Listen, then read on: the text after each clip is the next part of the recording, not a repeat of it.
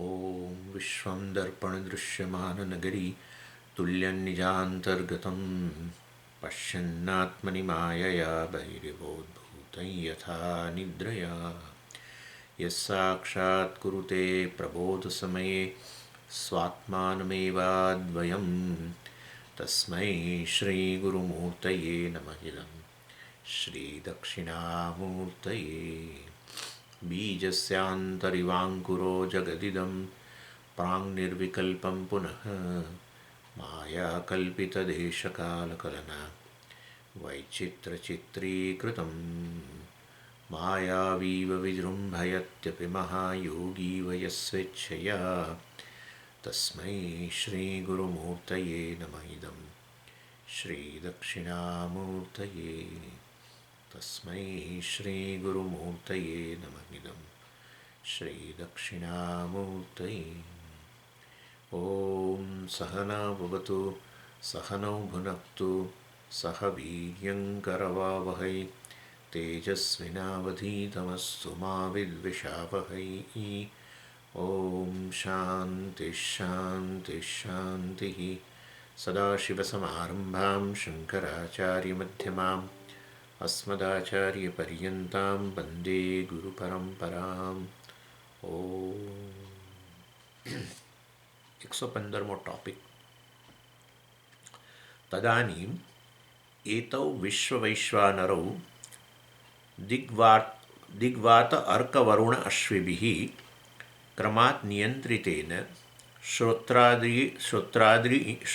श्रोत्रादि इन्द्रियपञ्चकेन क्रमात् शब्दस्पर्शरूपरसगन्धान् अग्नि इंद्र उपेन्द्र यम प्रजापतिभिः क्रमात् नियन्त्रितेन वागादि इन्द्रियपञ्चकेन क्रमात् वचन आदान गमन विसर्ग आनन्दांश्च चन्द्र चतुर्मुख शंकर अच्युतैः क्रमात् नियन्त्रितेन मनोबुद्धि अहंकार चित्ताख्येन अंतरेन्द्रिय चतुष्केन क्रमात् संकल्प निश्चय अहंकार्य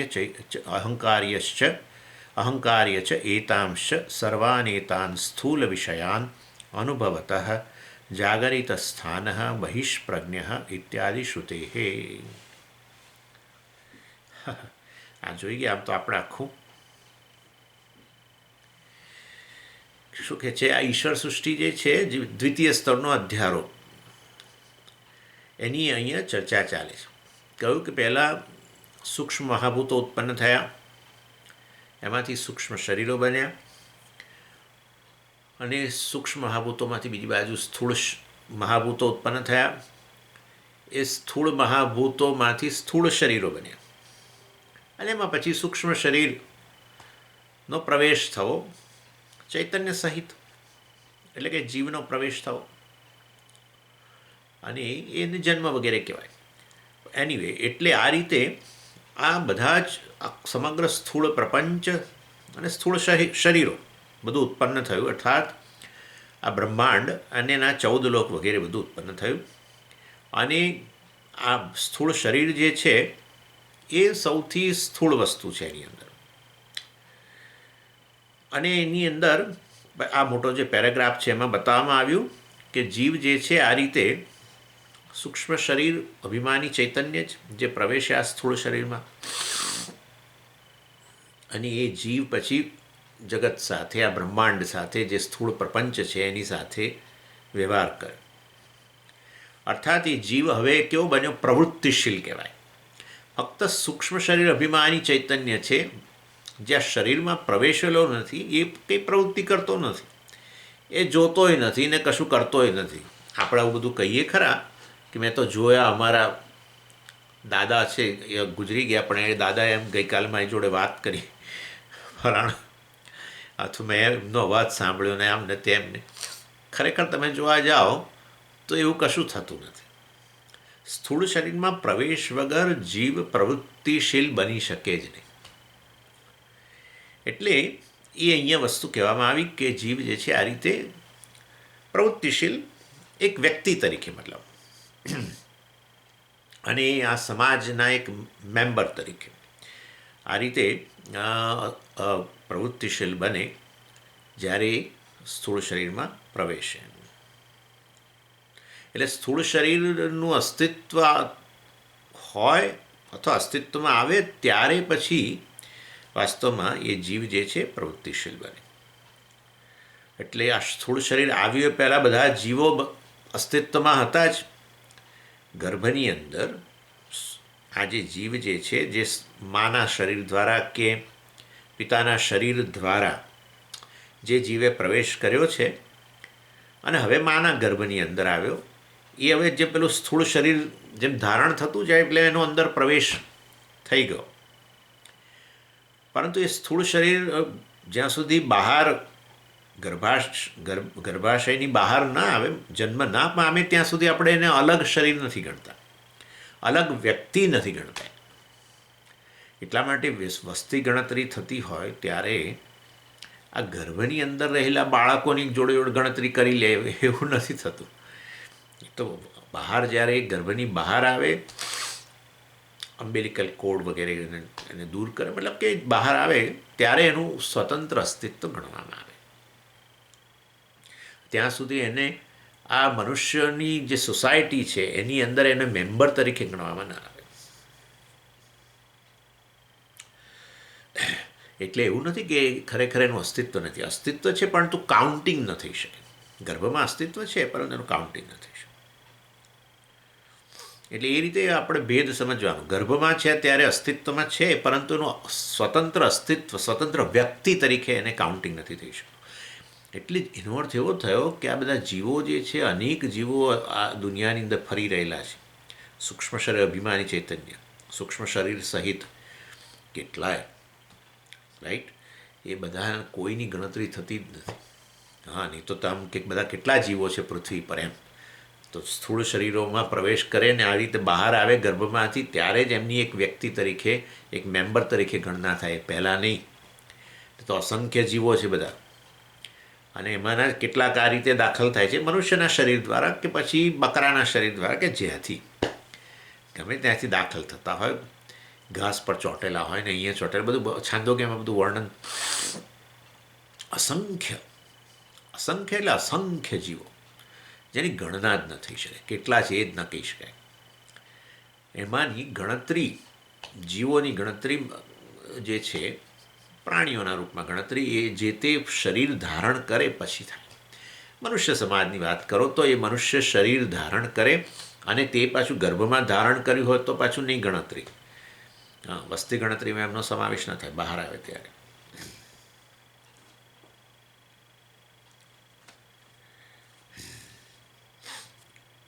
અને એવી રીતે તો જીવો કારણ શરીરધારી હોય, અવ્યક્ત જીવો બધા, એ બધા કેટલા. એ કારણ શરીરધારી જીવોની ગણતરી નહીં. કારણ શરીરમાંથી સૂક્ષ્મ શરીર કર્મને અનુરૂપ પ્રાપ્ત થયું એટલે હવે સૂક્ષ્મ શરીર અભિમાની ચૈતન્ય એ જીવ કહેવાય, પણ એની ગણતરી નહીં. એકવાર સ્થૂળ શરીરમાં પ્રવેશે અને એ સ્થૂળ શરીર બહાર આવે, મતલબ કે એની ઉત્પત્તિ થાય, અસ્તિત્વમાં આવે બહાર, ત્યારે એની ગણતરી થાય. બસ. એટલે કે ત્યારે પછી જીવો ફંક્શનલ બને. ત્યાં એ પહેલાં કોઈ કારણ શરીર અભિમાની ચૈતન્ય જેને કહીએ, એક જીવ, અવ્યક્ત જીવ, એ કોઈ પ્રવૃત્તિ ના કરે. સૂક્ષ્મ શરીર અભિમાની ચૈતન્ય એ પણ કોઈ પ્રવૃત્તિ નહીં, જોવાનું, સાંભળવાનું, કશું જ નહીં, ખાવા પીવાનું, કંઈ કર્મ કરવાનું, કશુંય નહીં. ખાલી એ જ્યારે સ્થૂળ શરીરમાં પ્રવેશે ત્યારે જ.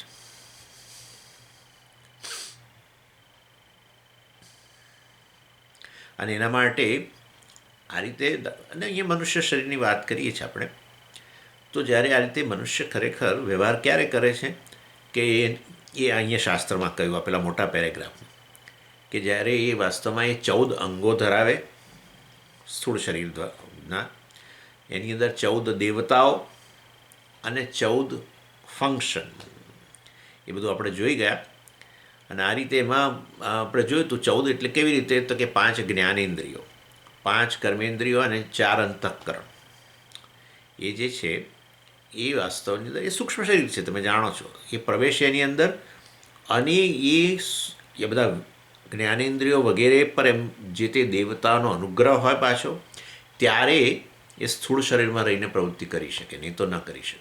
અને એને આપણે કહીએ છીએ કે એ વ્યક્તિએ આ જગત સાથે વ્યવહાર કર્યો, પ્રવૃત્તિશીલ બન્યો. અને આ 14 દેવતાઓનો અનુગ્રહ, 14 ચાર અંતઃકરણ તમે જાણો છો, મન, ચિત્ત, બુદ્ધિ, અહંકાર, અને 5 જ્ઞાનેન્દ્રિયો અને 5 કર્મેન્દ્રિયો. આ 14 પર અનુગ્રહ 14 દેવતાઓનો જોઈએ. જે તે દેવતાનો અનુગ્રહ ન હોય તો એ જે તે ઇન્દ્રિય કામ ન કરે, એટલે પછી જોવાનું કાર્ય ન કરી શકે, કે વ્યક્તિ અંધ હોય વગેરે. એટલે એ બધું. પણ એ કેવી રીતે દેવતાઓનો અનુગ્રહ ક્યારે થાય? કર્મને અંદર. ઈશ્વર જ દેવતાઓના રૂપમાં છે, એ જ કર્મફળ દાતા છે, પણ એ દેવતાઓ દ્વારા કર્મફળ પ્રદાન કરે. એટલે જે તે દેવતાનો અનુગ્રહ એ વાસ્તવમાં ઈશ્વરનો અનુગ્રહ. અર્થાત એ દેવતાનો અનુગ્રહ ન હો એ શેને કારણે ન હોવો? કારણ કે મારા કર્મને લીધે. કોઈ કર્મ એવા હોય ભૂતકાળના જેને કારણે હવે આ જન્મની અંદર મેં પ્રવેશ કર્યો આ સ્થૂળ શરીરમાં, પરંતુ જોવાનું કામ નથી થઈ શકતું વગેરે. અને એટલે એ પણ જોવામાં આવે છે કે દેવતાઓનો અનુગ્રહ પાછો 14 દેવતાઓનો અનુગ્રહ હોય પણ પાછો બદલાતો રહે છે. જેમ કે આપણે ઉંમર વગેરે થતી જાય તો હવે દૂરનું છે આપણને ન દેખાય, અથવા તો બહુ નજીકનું ન દેખાય, અથવા સાંભળવા માટે પહેરવું પડે ઇયરફોન કે આ તે બધું, અથવા કાન ધરવા પડે, અથવા ધીમે રહીને ઊભા થવાય, એકદમ ઊભા ના થવાય, ચાલવાનું ધીમું થઈ જાય, ઉચકાયની વસ્તુ, ઉચકેલી વસ્તુ પડી જાય, વધારે વચન ન ઉચકાય, હાથ કશું આપતા કરતાં સતત આમ ધ્રુજા કરતા હોય છે ને. આ બધું બતાવે દેવતાઓનો અનુગ્રહ હવે ઓછો થતો જાય છે, પૂર્ણ માત્રામાં એ કાર્ય કરી શકતા નથી. એટલે આ રીતે પ્રત્યેક જે તે અંગ જે છે એ કાર્ય કરે છે, જગત સાથે વ્યવહાર કરે છે. એ વાસ્તવની અંદર શના દ્વારા કરી શકે છે? જે તે દેવતાના અનુગ્રહથી જે તે અંગ કાર્ય કરે છે. અને એ દેવતાનો અનુગ્રહ હોવો ન હોવો શેને આધારે છે? કર્મને આધારે છે. એ કર્મ કોણે કરેલા છે? મેં જ કરેલા છે, જીવ તરીકે. એટલે આ રીતે વાસ્તવની અંદર. અને દેવતાઓનો અનુગ્રહ પાછો પ્રાપ્ત કરવા માટે શું કરે છે? લોકો પૂજા કરે. પૂજા દ્વારા એમને પાછા આપણે પ્રસન્ન કરીએ, થોડું લાંચ આપીએ, જે કહેવું હોય કહો, અને એના દ્વારા એ પાછા કામ કરતા થાય. પોસિબલ છે, ન પણ થાય ઉંમર વગેરેને લીધે, પરંતુ કરતા હોઈએ છીએ આપણે. અને પ્રત્યેક અંગનું કાર્ય પાછું ડિસ્ટિંક્ટ, એકદમ બહુ સ્પેશિયલ ફંક્શન હોય છે. આ બધું વસ્તુ આપણે જોઈ ગયા છીએ. આ તો ખાલી એક હશે જેને રિવાઇઝ કરી છે. અને અહીંયા તમે જો જુઓ તો આ જે મોટો પેરેગ્રાફ છે એની અંદર પહેલાં દેવતાઓ બતાવવામાં આવ્યા, પછી અંગ બતાવવામાં આવ્યા, અને પછી એનું કાર્ય બતાવવામાં આવ્યું. એટલે પહેલાં કર્મેન્દ્રિય દેવતાઓ, 5 કર્મેન્દ્રિયો છે ને, એટલે 5 દેવતાઓ, પછી 5 કર્મેન્દ્રિયો, અને એ કર્મેન્દ્રિયો દ્વારા થતી પ્રવૃત્તિ. એટલે દેવતા, ઇન્દ્રિય, ઓર્ગન, અંગ, અને એનો વ્યાપાર, એની પ્રવૃત્તિ. એવી રીતે અંતઃકરણ પણ, જ્ઞાનેન્દ્રિયો પણ, બધા. એટલે આ રીતે આ આખા પેરેગ્રાફમાં વર્ણન કરવામાં આવ્યું. 3 વસ્તુનું વર્ણન કરવામાં આવ્યું. જ્ઞાનેન્દ્રિયોના 3 વસ્તુ, જ્ઞાનેન્દ્રિયોનો દેવતાઓ કયા છે તે, જ્ઞાનેન્દ્રિયો કઈ તે, અને જ્ઞાનેન્દ્રિયોની જે કઈ પ્રવૃત્તિ છે તે. દેવતા, અંગ અને વ્યાપાર. 5 જ્ઞાનેન્દ્રિયો, 5 કર્મેન્દ્રિયો અને 4 અંતઃકરણ. આ આખો પેરેગ્રાફ. અને છેલ્લે અહંકારની વાત કરી, કારણ કે બધો પ્રવૃત્તિ થાય છે, બરાબર છે. મન, બુદ્ધિ, ચિત્ત પ્રવૃત્તિ કરે છે. ચિત્ત એટલે સ્મૃતિ, અને મન છે એમાં સંકલ્પ, વિકલ્પ, સંશય વગેરે, ઈચ્છા છે, આમ પછી લાગણીઓ છે, એ બધું મન. બુદ્ધિ એટલે નિશ્ચય કરવો, અને વસ્તુ પર વિચાર કરવો, એનાલિસિસ કરવું વગેરે. એટલે એ આ બધા વિવિધ પ્રવૃત્તિ અંતઃકરણની. આ પછી જ્ઞાનેન્દ્રિયોની વિવિધ પ્રવૃત્તિ, કર્મેન્દ્રિયોની વિવિધ પ્રવૃત્તિ, અને આ 3 મન, બુદ્ધિ, ચિત્તની પ્રવૃત્તિ. આ બધાને ઓનઅપ કરવી, એ છે પેલો અહંકાર. એટલે અહંકાર છેલ્લે ઉલ્લેખ કર્યો. અહંકાર એટલે અંતઃકરણ જ. હા, અહંકાર એને એ તો આપણે હું મારી જાતને અહંકાર કહું, અર્થાત હું આ બધી પ્રવૃત્તિ કરું છું એવું કહું, કર્તૃત્વ એ તો મિથ્યા વસ્તુ છે ખરેખર. એટલે અહંકાર હોવો જ જોઈએ ને. પ્રવૃત્તિ થતી હોય તો પછી પ્રવૃત્તિનો કોઈ સબ્જેક્ટ કરતા તો હોવો જ જોઈએ ને. એટલા માટે આ અહંકારનું છેલ્લે મન બુદ્ધિ ચિત્ત અહંકાર, એ અહંકાર કહ્યું ને. અહંકારનું કાર્ય બધી વસ્તુને ઓનઅપ કરવાનું.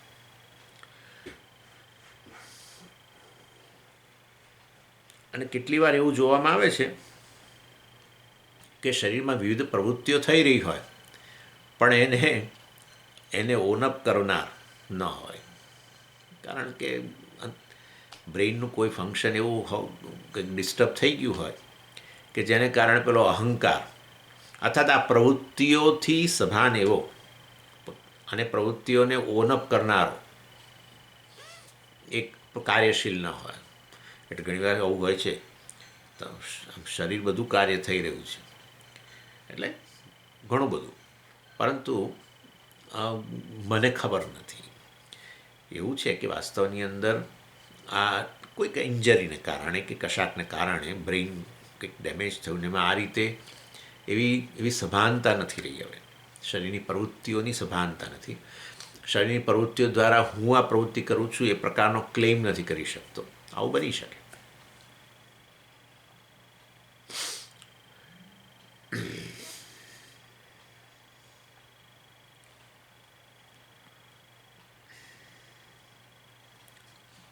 એટલે સર્વાન એતાન સ્થૂલ વિષયાન અનુભવતઃ વાસ્તવની અંદર અનુભવ કરનારા. એટલે આમ તો ખરેખર તો અનુભવતઃ એ દ્વિવચન છે. એટલે જીવો અનુભવ કરી રહ્યા હોય તો પછી બહુવચન કેવું જોઈએ, જીવો, બધા જીવો. પરંતુ અહીંયા જે છે એ દ્વિવચન વાપર્યું છે, કારણ કે વિશ્વ અને વૈશ્વાનરની વાત ચાલે છે. વિશ્વ એટલે આ જાગ્રત પુરુષ અને વૈશ્વાનર એ સમષ્ટિના સ્તરે, આ વ્યષ્ટિના સ્તરે વિશ્વ વગેરે. એ વાસ્તવની અંદર એ વિશ્વ વૈશ્વાનર આ રીતે અનુભવ કરી રહેલા છે બધા ઇન્દ્રિયો અને દેવતાઓનો અનુગ્રહ. અને જે તે દેવતાઓ મતલબ કે દેવતાઓ એટલે દેવતાઓનો અનુગ્રહ, ઇન્દ્રિયો અને એ છે એમની પ્રવૃત્તિ. એટલે વાસ્તવમાં આ બધો અનુભવ કોણ કરેલું છે? વિશ્વ અને વૈશ્વાનર, જાગૃત અવસ્થાની વાત છે.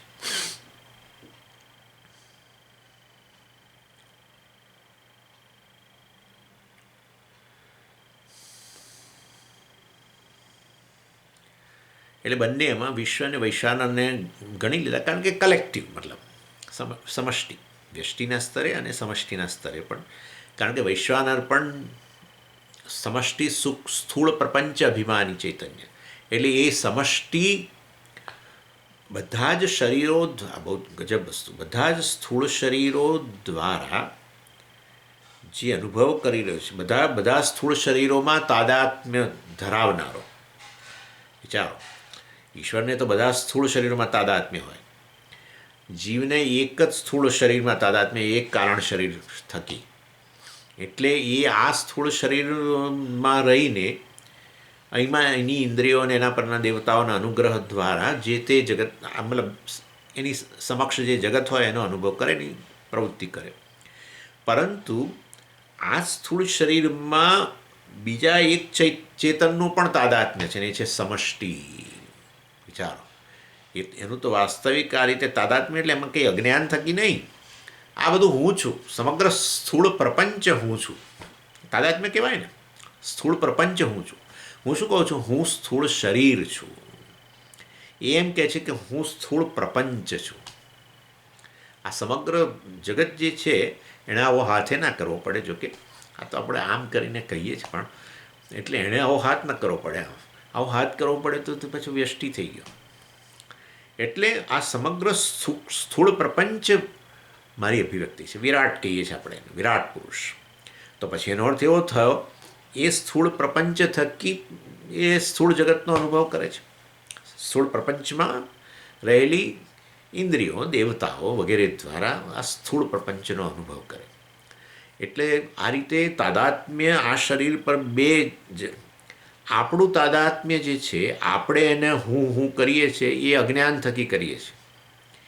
ઈશ્વર જે હું કરે છે આ સ્થૂળ શરીરમાં અને બીજા બધા સ્થૂળ શરીરમાં, એ તો વાસ્તવિક એની અભિવ્યક્તિ છે, એ માલિક છે, એની જ અભિવ્યક્તિ છે વાસ્તવમાં. તમે સમજ્યા ને શું કહું છું?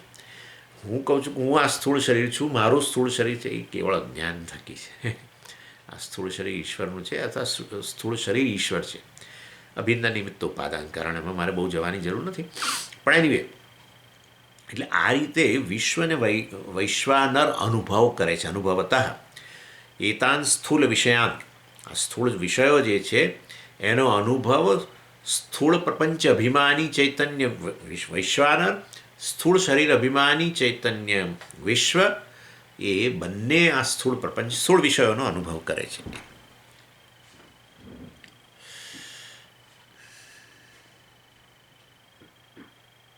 અને એમાં બધું આવી ગયું. પછી બંને પ્રકારની વસ્તુ, વ્યવહાર જે થઈ રહ્યો છે, અનુભવ કરે છે, અર્થાત એ રિસીવિંગ, આ સ્થૂળ જગતને રિસીવ કરે, એને એન્ટ્રી આપે, અને સાથે સાથે સ્થૂળ જગતમાં રિસ્પોન્સ કરે, કર્મેન્દ્રિયો દ્વારા રિસ્પોન્સ જગતમાં, અને જ્ઞાનેન્દ્રિયો દ્વારા એન્ટ્રી, રિસીવ કરવું. રિસેપ્શન અને રિસ્પોન્સ બે વસ્તુ છે. Reception જ્ઞાનેન્દ્રિયોથી, response કર્મેન્દ્રિયોથી. બસ હવે આમાં તો કર્મેન્દ્રિયોથી તો હું રિસ્પોન્સ આપું છું, ભગવાન ક્યાં રિસ્પોન્સ? વૈશ્વાનર થોડો રિસ્પોન્સ આપે છે. હું રિસ્પોન્સ આપું છું જગતમાં, હું કર્મ કરું છું, મતલબ કર્મેન્દ્રિયોથી. એ તો કેવળ અજ્ઞાન છે. That's it. કેવળ અજ્ઞાન છે. જે કંઈ થઈ રહેલું છે વાસ્તવમાં એ તો ઈશ્વર દ્વારા થઈ રહેલું છે.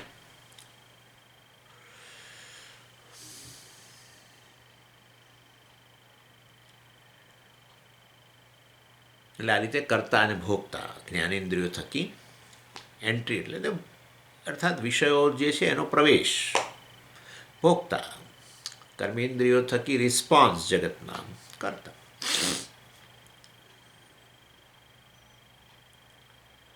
આ બધું પણ આટલું બધું ક્યાં આવું વર્ણન કોઈ જગ્યાએ છે? એટલે પછી એમણે ત્યાં મંત્ર કયો, માંડુક્ય ઉપનિષદનો મંત્ર, જાગૃત સ્થાન વગેરે વગેરે વગેરે. અને એની અંદર કહ્યું કે આ આખું આ જે પ્રવૃત્તિ થઈ રહી છે, જીવ આ રીતે પ્રવેશે સ્થૂળ શરીરમાં અને વ્યવહાર કરે કે વૈશ્વાનર વ્યવહાર કરે, વાસ્તવમાં એ કેવી છે? એ ખાલી જાગ્રત અવસ્થા, કેવળ જાગ્રત અવસ્થામાં આ પ્રકારનો સતત ઇન્ટરેક્શન થાય છે. એટલે આ પ્રકારે એક્સપિરિયન્સ થવો, રિસેપ્શન અને રિસ્પોન્સ બંને વસ્તુ જે છે કેવળ જાગ્રત અવસ્થામાં.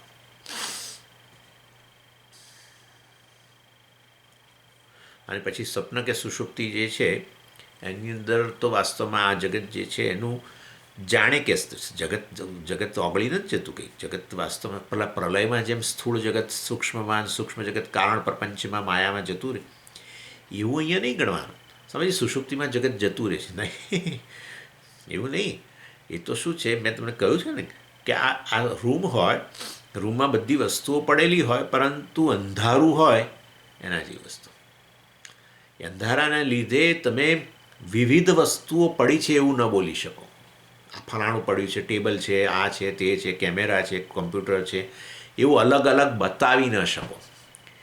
એટલા માટે ત્યાં કહ્યું વાસ્તવમાં એને અવ્યાકૃત અવસ્થા કહી. અવ્યાકૃત કહો, નિર્વિકલ્પ કહો, એક જ વસ્તુ છે. અવ્યાકૃત એટલે વાસ્તવની અંદર અનડિફરન્શિએટેડ, કોઈ પ્રકારના ડિફરન્સીસ તમે બતાવી ન શકો, કારણ કે એક કાળા બ્લેન્કેટથી બધું છવાઈ ગયું છે. એવી સુષુપ્તિ અવસ્થા. બધું ખરું, પરંતુ જાણે કે આપણા માટે અનુભવનો વિષય જ ન રહ્યું, કારણ કે શનિ પ્રધાનતા આવી ગઈ, કારણ શનિની પ્રધાનતા. એટલે સ્થૂળ અને સૂક્ષ્મ જે છે એ વાસ્તવની અંદર એ ગૌણ બની ગયા. આ રીતે પ્રલયકાળ, આટલે માટે એને લય કહેલું છે. પ્રલયકાળે તો શું થાય? વાસ્તવિક રીતે સ્થૂળ પ્રપંચ સૂક્ષ્મમાં અને સૂક્ષ્મ પ્રપંચ કારણ, વાસ્તવિક લય થઈ જાય. અને કાર્યનો લય હંમેશા કારણમાં થાય. માટે સ્થૂળનો લય સૂક્ષ્મમાં સ્થૂળ પ્રપંચ, એટલે આ સમગ્ર સૃષ્ટિ સ્થૂળ પ્રપંચ. એટલે કે વૈશ્વાનર જે છે વાસ્તવની અંદર હિરણ્ય ગર્ભ, અને હિરણ્ય ગર્ભ શું બની ગયો? ઈશ્વર બની ગયો. એ જ બ્રહ્મ, માયા સહિતનું, અવ્યક્ત સહિતનું બ્રહ્મ ઈશ્વર કહેવાય. પ્રલયકાળે શું હોય છે? માત્ર ઈશ્વર. તો ભાઈ જીવો બધા કારણ શરીરધારી. બસ વિશ્વ અને તૈજસ, સૂક્ષ્મ શરીર અને સ્થૂળ શરીર બંને, સ્થૂળ સૂક્ષ્મ શરીરમાં, સૂક્ષ્મ શરીર બંને, વાસ્તવમાં સ્થૂળ અને સૂક્ષ્મ બંને શરીરો જતા રહ્યા, અને એ રીતે છેવટે કારણ શરીર અભિમાની ચૈતન્ય રહી જાય. સમજ, કેવળ ઈશ્વર હોય તો બધા જીવો તો ખરેખર લય પામી ગયા હોય, તો હવે તો મોક્ષ જ થઈ ગયું, જીવ ઈશ્વર ઐક્ય થઈ ગયું. ના ભાઈ ના. એ આપણે જ્યારે પણ જઈએ છીએ ને ઈશ્વર સાથે એક થઈએ ત્યારે આપણી ઉપાધિ રાખીને જ જઈએ. એને કારણે જાગીએ ત્યારે વળી પાછા એવા ને એવા. તો એવું તો સુષુપ્તિમાં કહેવામાં આવ્યું કે પ્રાજ્ઞ છે એને ઈશ્વર એક પ્રાજ્ઞ, કારણ કે પ્રાજ્ઞને આ પ્રકારની સભાનતા નથી કે હું એક વ્યક્તિ છું, જીવપણું જ નથી જણાતું. તો જીવપણું ન જણાતું હોય તો પછી હવે ઈશ્વરમાં જ મર્જ થઈ ગયા સુષુપ્તિમાં. પણ તો જાગીએ છીએ તો પછી ઈશ્વરમાં મર્જ થઈ ગયા, તો હવે કોણ જાગે? કેવળ ઈશ્વર જ જાગવો જોઈએ. જીવ નામની વસ્તુ જ જતી રહી તો પાછા જાગ્યા એવા ને એવા. એટલે ગયા હતા પણ કોરા ને કોરા રહ્યા. એના જેવી વસ્તુ છે, કોરા ને કોરા. પ્રલયકાળે પણ આવું જ બધા જીવોને ભગવાને સુવાડી દીધા, અવ્યક્ત અવસ્થા. જુઓ કેવું છે. બધા પાછા એ જીવોને જગાડ્યા. એ જીવો જાગ્યા કેવી રીતે? ઈશ્વર ઊંઘી ના જાય. હા, નહીં તો ઈશ્વરે કે હું મને કંઈ જ ખબર ના રહી, ઊંઘી ગયો એટલે મને કંઈ ખબર ના રહી, તો પછી વાસ્તવમાં સર્વજ્ઞ કેવી રીતે કહેવાય? અરે મને ઝબકું આવી ગયું, શું થયું એ જ કંઈ ખબર ના આવે, વચ્ચે શું થયું, શું થતું હતું મને કંઈ ખબર જ નથી. એ મને ખબર નથી એવું બોલે તે સર્વજ્ઞ ના કહેવાય. એટલે ઈશ્વરની યોગ નિદ્રા, હા યોગ નિદ્રા, એને બધી ખબર છે. તો પછી એને સૃષ્ટિ કેમ કરે છે બધી? પછી હવે એ શાંતિથી બેસી રહેવા દે ને ભાઈ, તું બેસી જાય ને શાંતિ. ના, જીવોના કર્મો જ જગાડે. તમે કેમ જાગો છો અત્યારે? આપણા કર્મો જગાડે છે. જાગ્રત અવસ્થા આવી, હે સવાર પડી, આવી રીતે જ બોલે છે લોકો, હે સવાર પડી, એટલે તકલીફ શરૂ થઈ હવે. એટલે જીવ જાગે છે કર્મોને લીધે. પ્રલયકાળે પણ જીવો જે છે બધાના કર્મો, સમષ્ટિ કર્મો જગાડે. અને સમષ્ટિ કર્મોમાંથી જગત આવે, વ્યષ્ટિ કર્મોમાંથી સૂક્ષ્મ શરીરને સ્થૂળ શરીર મળે. વ્યષ્ટિ સમષ્ટિ કર્મનો ખેલ. સૃષ્ટિ એટલે કર્મ, સમષ્ટિ કર્મોમાંથી સ્થૂળ પ્રપંચ, અને વ્યષ્ટિ કર્મમાંથી સ્થૂળ અને સૂક્ષ્મ શરીર. સમષ્ટિ કર્મોમાંથી સૂક્ષ્મ પ્રપંચ, સૂક્ષ્મ પ્રપંચ અભિમાની હિરણ્ય ગર્ભ, અને સ્થૂળ પ્રપંચ અભિમાની હમણાં જ કહ્યું વૈશ્વાનર વિરાટ. પર એ તો પણ સ્થૂળ પ્રપંચ, સ્થૂળ મહાભૂતો બધું, પણ સ્થૂળ શરીર કેવી રીતે મળ્યું? વ્યષ્ટિ કર્મ. એટલે તમે કારણ શરીર અભિમાની હતા, ત્યાંથી હવે સૂક્ષ્મ શરીર મળ્યું એક વિશેષ પ્રકારનું, ને સ્થૂળ શરીર મળ્યું. કેવું? જીવની ઉત્પત્તિ થઈ એમ કહ્યું. જીવની ઉત્પત્તિ અર્થાત એને સૂક્ષ્મ અને સ્થૂળ શરીર એના કારણ શરીરમાં રહેલા કર્મ વાસનાને અનુરૂપ મળ્યું. That's it. એટલે આ રીતે સૃષ્ટિ, એક બાજુ સ્થૂળ પ્રપંચ, બીજી બાજુ સ્થૂળ સૂક્ષ્મ પ્રપંચ, કારણ પ્રપંચમાંથી, માયામાંથી આપણે જાણીએ છીએ સત્વરજસ્તમાંથી પંચ તન્માત્રાઓ, પંચ સૂક્ષ્મભૂતો, આ તે બધું. અને બીજી બાજુ આ સૂક્ષ્મ શરીર, સ્થૂળ શરીર, વ્યષ્ટિ કર્મ, સમષ્ટિ કર્મ. આ બધું આ સમષ્ટિ જીવોના સમષ્ટિ કર્મથી. એટલે પ્રત્યેક જીવે ફાળો આપ્યો છે. બધા જીવે ફાળો આપ્યો પોતાનો કર્મનો, અને એમાંથી પછી આ બધું આવ્યું. એ ફાળો કોણ નક્કી કરે? 10%, 15%, એ બધો ફાળો કોણ નક્કી કરે? એ બધું પરમેશ્વરનો હાથ. કર્મફળ દાતા નક્કી કરે ને. કર્મના ફળ રૂપે આપવાનું છે જગત, શરીર વગેરે કર્મના ફળ રૂપે. હા, જગત પણ કર્મના ફળ રૂપે. તો પછી એ ફાળો નક્કી કરનારો ઈશ્વર. પણ આ તો સ્થૂળ શરીર આ પ્રકારનું, સૂક્ષ્મ શરીર આ પ્રકારનું તો સમજ્યા કર્મનું ફળ. પણ આ બધું પણ અમારા જ કર્મમાંથી. કેમ? આ જ કરું. આ જગત તમને સુખ દુઃખ આપે છે કે નથી આપતા? આપે છે ને. બસ જો જગત સુખ દુઃખ આપતું હોય તો તમારા કર્મનું ફળ તો હોવું જ જોઈએ. અને એ જગત જે તમને સુખ દુઃખ આપતું હોય તો એ જગતના સુખ દુઃખ ભોગવવા માટે પાછું જે તે પ્રકારનું શરીર, એ પાછું કર્મ જ લીધે. એટલે વ્યષ્ટિ સમષ્ટિ કર્મ બહુ મહાન ખેલ ચાલે છે. બાકી ભગવાનને શેના માટે બધું, ભગવાને કેમ બનાવ્યું આવો પ્રશ્ન કરે છે. ભગવાને કેમ બનાવ્યું આ બધું? અરે ભાઈ, આ જીવો જે છે ને એમને એમના કર્મના ફળ ભોગવવા છે. બાકી ઈશ્વર તો યોગ નિદ્રામાં છે. એ એટલે પેલું બતાવે છે યોગ નિદ્રા. જાગે ત્યારે તકલીફ થાય, પણ એ તો યોગ નિદ્રામાં જ છે. એ ખરેખર સૂતો જ નથી. જે સર્વજ્ઞ હોય ને એ સૂઈ જાય ને પછી આવી આપણા જેવી દશા એની ના આવે. હું નથી જાણતો એવું. ન કિંચિદ અવેદિશમ ન હમ કિંચિદ અવેદિશમ, મને કંઈ જ ખબર નથી, હું ઊંઘી ગયો તો. આવું ના આવે સર્વજ્ઞ માટે. એ તો કારણ શરીરને લીધે આપણે આવું. હું એ ચૈતન્ય પણ કારણ શરીર અભિમાની, એટલે પછી આવું. કારણ શરીર એટલે અજ્ઞાનની પ્રધાનતા. એટલે જન્મ્યા ત્યારથી અજ્ઞાન જ હોય છે, પછી જ્ઞાન પ્રાપ્ત થાય જન્મ જેને કારણે. ચાલો, એટલે આ રીતે સ્વપ્ન સુષુપ્તિની અંદર મેં તમને કહ્યું પ્રમાણે આ જે આ વર્ણન થયું બધું એ જાગ્રત અવસ્થાનું વર્ણન થયું, જેમાં વિશ્વ અને વૈશ્વાનર બંને રહેલા છે. ચૈતન્ય તો ગણી જ લેવાનું, બ્રહ્મ હું બોલીશ નહીં, પણ એ તો ગણી જ લેવાનું. વૈશ્વાનર આવ્યું એટલે બ્રહ્મ તો ખરું જ નહીં.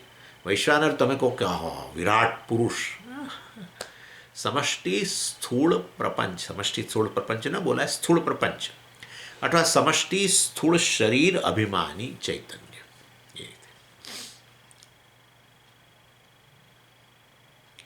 જ્યારે સ્વપ્ન સુષુપ્તિની અંદર તો આ સ્થૂળ પ્રપંચની કોઈ પણ વસ્તુનો અનુભવ થતો નથી. કોબરા જેવો કોબરા તમારા શરીર પર થઈને જતો જાય. બિચારા ગામડામાં ઘણીવાર લોકો બહાર સૂતા હોય તો તમારા શરીર પર થઈને વીંછી જતો રહે અને વળી કોઈ શાપે જતો રહે, કશી ખબર ના પડે બને, કારણ કે એ બાહ્ય જગતનો એ વખતે અનુભવ થતો નથી.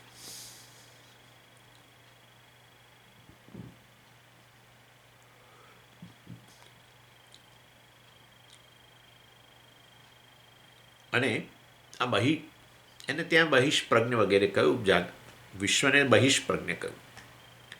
અર્થાત વાસ્તવની અંદર સ્થૂળ શરીર સાથે અભિમાન કરીને એ જ ચૈતન્ય આત્મા આ બાહ્ય જગતનો અનુભવ કરે. સ્થૂળ શરીર અભિમાન કરે. ત્યાં તો ઇનફેક્ટ એવું કહ્યું બહિષ્પ્રજ્ઞ એટલે ખરેખર જાણે કે ચૈતન્ય આ ઇન્દ્રિયો વગેરે દ્વારા બહાર જઈને જગતનો સંપર્ક કરે, જગતનો અનુભવ કરે. ખરેખર ચૈતન્ય કશે જઈ ન શકે, તમે જાણો છો, પણ આવી રીતે કહેવાય. સ્થૂળ શરીર સાથે અભિમાન કર્યું, ઇન્દ્રિયો સાથે અભિમાન કર્યું અને પછી બાહ્ય જગત તરફ ગઈને બધા વિષયોનો અનુભવ કર્યો. બહિષ્પ્રજ્ઞ કહ્યું. અને બીજી બાજુ શબ્દ વાપરેલો ત્યાં સપ્તાંગ. સપ્તાંગ એટલે વાસ્તવની અંદર સમગ્ર જગત જે છે એને 7 અંગોવાળો સ્થૂળ શરીર ગણો. સમષ્ટિ સ્થૂળ શરીર શું? સપ્તાંગ, 7 અંગોવાળો. અને એની અંદર તો પંચમહાભૂતો, સૂર્ય અને ચંદ્ર, આવી રીતે એ છાંદોગ્યમાં આ રીતે આ વિરાટ પુરુષના 7 અંગો બતાવવામાં આવ્યા. સમષ્ટિ સ્થૂળ શરીર અભિમાની ચૈતન્ય જે છે એ આવા 7 અવયવવાળો છે. પંચમહાભૂતો અને સૂર્યચંદ્ર વગેરે. 19 મુખ વગેરે જે ત્યાં કહેલું છે એ પાછું આ વિશ્વ માટે કહ્યું. 19 મુખ અર્થાત વાસ્તવની અંદર 19 અંગો ધરાવે છે, જેના દ્વારા એ સ્થૂળ વિષયોનો અનુભવ કરે છે. અને એમાં 19 મેં તમને ગણી શકો: 5 જ્ઞાનેન્દ્રિયો, 5 કર્મેન્દ્રિયો, 4 અંતઃકરણ, 5 પ્રાણ. આ રીતે એના દ્વારા એ સ્થૂળ જગતનો અનુભવ કરે. અને એટલા માટે આ વિશ્વને સ્થૂલ ભૂક કહ્યો, સ્થૂળ વિષયોનો અનુભવ કરનાર કહ્યો. એવું તો કહેવાય શકાય વૈશ્વાનર પણ સ્થૂળ પ્રપંચનો અનુભવ કરે. એટલે વૈશ્વાનરનું પોતાનું શરીર નહીં, વૈશ્વાનર પણ આ જ સ્થૂળ શરીર થકી અનુભવ કરે. એનું પણ આ જ સ્થૂળ, કારણ કે સમષ્ટિ હોય તો પછી આ વ્યષ્ટિ તો અંદર આવી જ ગઈ ને ભાઈ. પરંતુ એનું અભિમાન કેવળ એક સ્થૂળ શરીર સાથે નહીં, એક સ્થૂળ શરીર સાથે અભિમાન એક કારણ શરીર સાથેના અભિમાનથી આવે. કારણ પ્રપંચ થકી અભિમાન જે હોય એ તો કારણ પ્રપંચમાંથી આવતા સૂક્ષ્મ પ્રપંચમાં અભિમાન આવે અને એમાંથી આવતા સ્થૂળ પ્રપંચમાં પણ અભિમાન હોય, એને વૈશ્વાનર કહો. અને એ રીતે બધા જ સ્થૂળ શરીરો થકી એ સ્થૂળ વિષયોનો ઉપભોગ કરનાર એ પણ સ્થૂળ ભૂખ કહેવાય, વૈશ્વાનર. અને આપણે પણ આમાં અભિમાન કરીને અજ્ઞાન થકી ખરેખર આ હું નથી કે મારુંય નથી, એટલા માટે આપણે કહીએ છીએ ભાઈ દેહ આ દેહ તો કોઈનોય નથી, ખાલી કરાવે છે ને ભગવાન ઈચ્છે ત્યારે ખાલી કરાવે છે. આપણે માલિક હોઈએ તો કોણ ખાલી કરાવે? એટલે આ તો ભાડે આપેલું છે કર્મોને લીધે. આવું બધું પછી આમ થોડી ફિલોસોફી આ પ્રકારે બધી ચાલે. વાસ્તવમાં જોવા જાઓ ને તો કશું જ આપણું નથી. કેવળ અને કેવળ હું ઈશ્વરથી જુદો છું એ પેલા કારણ શરીર થકી છે બસ. સૂક્ષ્મ પ્રપંચ, સૂક્ષ્મ શરીર આવ્યું સમજ, મન તો મારું ખરું ને, ઇન્દ્રિયો મારી ખરી ને, એ કારણ શરીર થકી જ વાસ્તવમાં સૂક્ષ્મ શરીરમાં અભિમાન આવ્યું. કારણ શરીર એટલે અજ્ઞાન. અજ્ઞાન થકી તમારા અને ઈશ્વરમાં ભેદ, બાકી ભેદ ક્યાં પાડશો? તમે પૂરેપૂરા એક જીવ, કારણ શરીર અભિમાની ચૈતન્ય જે છે વાસ્તવની અંદર, પણ કારણ શરીર સમજી ક્યાંથી આવ્યું? અરે ભાઈ એ તો અનાદિ, આપણે વાત થઈ ગઈ પહેલાં, અનાદિ છે. એટલે કારણ શરીર તો અનાદિ છે, માટે એ કારણ શરીર અભિમાની ચૈતન્ય પણ અનાદિ, એટલે કે જીવ અનાદિ થઈ ગયો, બરાબર. એ કારણ શરીર થકી તમે પછી સૂક્ષ્મ શરીરમાં અભિમાન, આ હું છું, હું મન છું, વગેરે વગેરે વગેરે, મારું છે મન, મારી ઇન્દ્રિયો, મારા પ્રાણ, વગેરે વગેરે વગેરે. અને ત્યાંથી પછી આગળ સ્થૂળ શરીરમાં અભિમાન, મારું સ્થૂળ શરીર, મારું શરીર, આમ તેમ, હું શું, હું સ્થૂળ શરીર. વાસ્તવની અંદર સૂક્ષ્મ સ્થૂળ બધું જ ઈશ્વરના અંતર્ગત. મહાભૂતો જ એનામાંથી ઉત્પન્ન થયા ને ભાઈ, માયા ઉપાધિ થકી. અને કારણ શરીર થકી તમે જીવ કહેવાયા, તમે બ્રહ્મ, એ બ્રહ્મ, પરંતુ ભેદ આટલો. પણ એની ચાલો. અને પછી સપનાની અંદર તો, આ તો જાગ્રત અવસ્થાની વાત થઈ. સપનાની અંદર તો શું થાય? એ સપનામાં અનુભવ કરે, પણ સપનાની અંદર સપન જગત કેવળ અંતઃકરણથી જ નિર્મિત થયેલું, વાસનાઓથી નિર્મિત થયેલું જે છે એ જગતનો અનુભવ કરે, બાહ્ય જગતનો નહીં.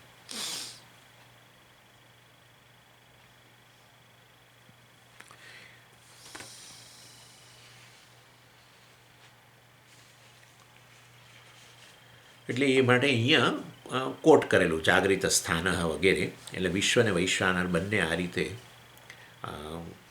ઇન્દ્રિયો, દેવતાઓનો અનુગ્રહ અને અંગો, એના દ્વારા આ સ્થૂળ પ્રપંચનો અનુભવ કરે.